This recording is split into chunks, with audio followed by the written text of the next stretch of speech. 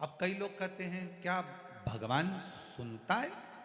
ये शिवलिंग तो पाषाण का है, ये शिवलिंग तो पत्थर का है, ये शिवलिंग तो पीतल का है, ये शिवलिंग तो पारे का है, ये शिवलिंग तो मट्टी का है, पार्थिव है। क्या परमात्मा सुनता है?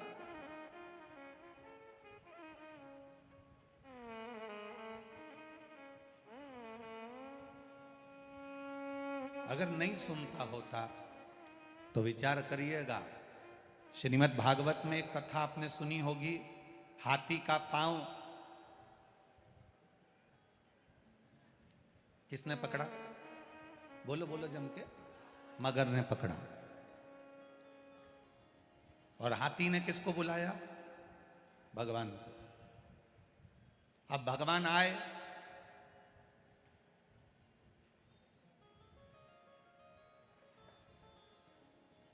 सबसे पहले उन्होंने हाथी से मिले कि मगर से मिले?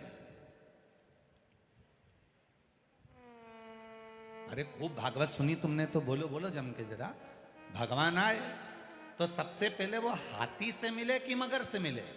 भगवान आते से ही, सुदर्शन चक्र उठाते से ही सबसे पहले मगर को मारा।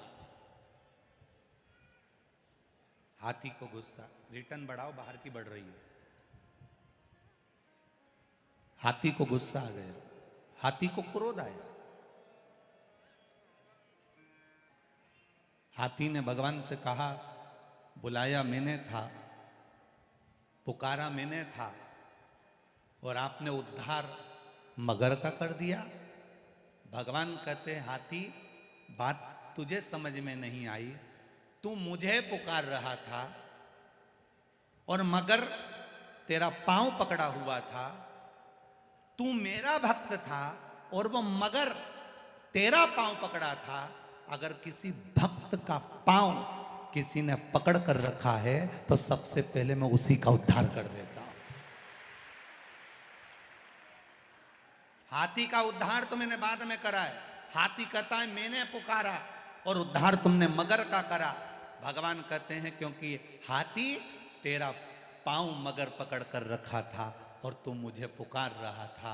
शिव महापुराण की कथा कहती है, तुम्हारे घर में अगर एक बच्चा, बुजुर्ग, नारी, पुरुष, स्त्री, कोई भी तुम्हारी 7 पीढ़ी में, तुम्हारी 71 पीढ़ी में भी अगर कोई एक व्यक्ति भगवान के मंदिर जाता है, भजन करता है, कीर्तन करता है, स्मरण करता है, पूजन करता है, दिया लगाता है, तुलसी जी में जल देता है, पीपल की परिक्रमा करता है, शंकर भगवान को 1 लोटा जल चढ़ाता है, भगवान की पूजन करता है, सुंदर कांड में जाता है, रामायण में जाता है, तुम्हारे घर का एक व्यक्ति भी अगर भगवान के भजन में लगा है तो पूरा घर, याद रखना, सबसे पहले उस भजन करने वाले के बल पर पूरा घर तर जाता है। रामायण पढ़ के आया, गांव में रामायण जी का पाठ है, घर का व्यक्ति चले गया, रामायण जी के पाठ में जाकर बैठा, पाठ करा, रात को आया, उसके चरण की रज पूरे घर में गिरी, घर के लोग अपना काम करते रहे। कथा में गया, कथा सुनकर आ गया, घर पर आया, ये जो चलते हो ना उसकी रज उड़ती है।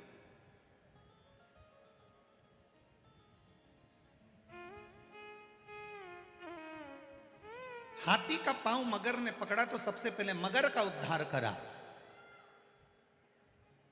सत्संग करने वाले का संग पकड़ोगे, भजन करने वाले का संग पकड़ोगे, स्मरण करने वाले का संग पकड़ोगे तो उद्धार तुम्हारा निश्चित है। शिव पुराण 7 पीढ़ी को तारने तक का वचन नहीं देती, शिव पुराण 71 पीढ़ी को तारने तक का वचन दे देती है। 1 पीढ़ी 2 पीढ़ी नहीं, 7 पीढ़ी नहीं, शिव महापुराण 71 पीढ़ी को तारने का वचन देती है।